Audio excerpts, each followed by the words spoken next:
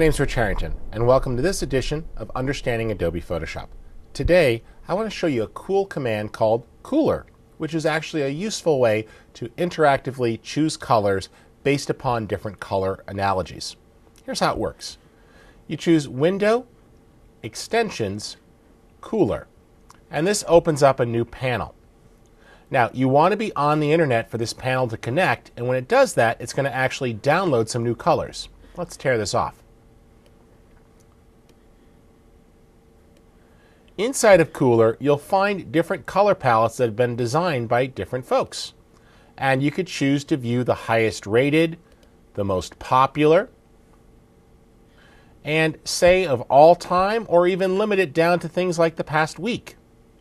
And in this case, you'll find different color palettes designed by other designers in the community that they've submitted for you to use. In fact, if you come up with a great combination yourself, you can load it up to the Kuler website right through Photoshop. You find a color palette you want to use, you could just select it and double click, and there it's actually loaded. And so now we've got our different colors here, and if we double click on a color, you see that it loads in, allowing us with our paintbrush to start to mix. And you see how that comes into play. Now, if you want to tweak these colors, you can absolutely make your own color combinations. What I recommend is start with the Create tab here, and we're going to go ahead and choose a base color as a starting point. You can use any color you want. It could be a client color that they've given you or one that you want to base your design around. I'm going to go with a nice sort of reddish orange here, and I like that. We now have different rules to use, such as analogous, and you see that it selects additional colors that are near that. Or we can use monochromatic, and it will select different tints of that same color. Notice as far as it goes around the hue wheel, we haven't moved the line at all.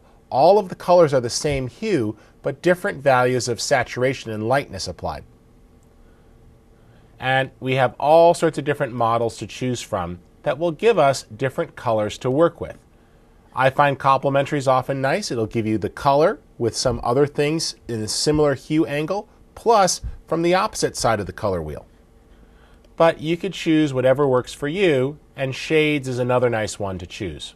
So there you see, and if you need to, you could actually choose your own custom one and start to drag these off any way you want, but at that point you're not really following the color rules that often affect good design. So let's go back here to an analogous color combination off of that base color, set it to the color that I want. Notice we could drag in and out, changing the saturation.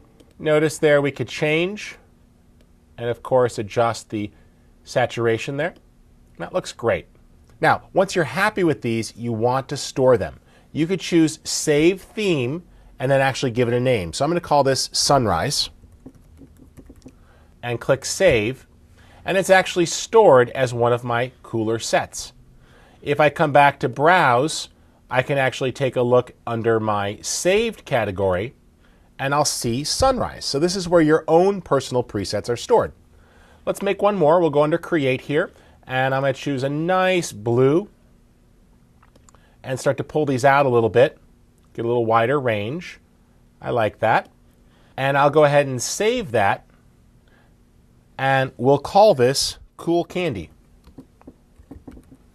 And click Save. And it too is in my category here.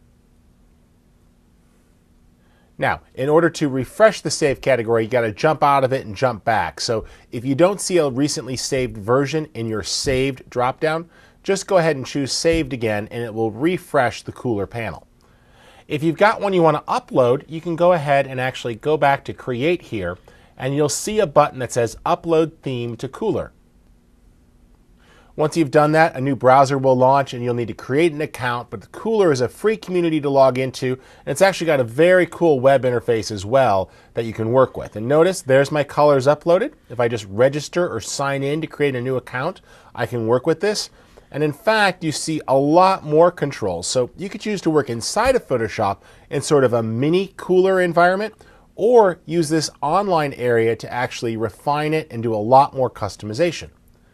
If you've got something ready that you want to use, you can go ahead and click here and it will actually add that theme into your swatches panel. So let's go back to Browse and choose Sunrise, and I will click the button here to add this to my swatches.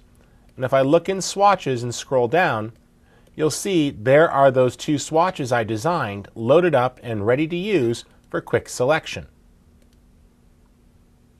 That's Kuler, very easy to use, great color design tool, and I highly encourage you to explore the online Kuler community so you can actually discover some great color combinations that you might not have thought of.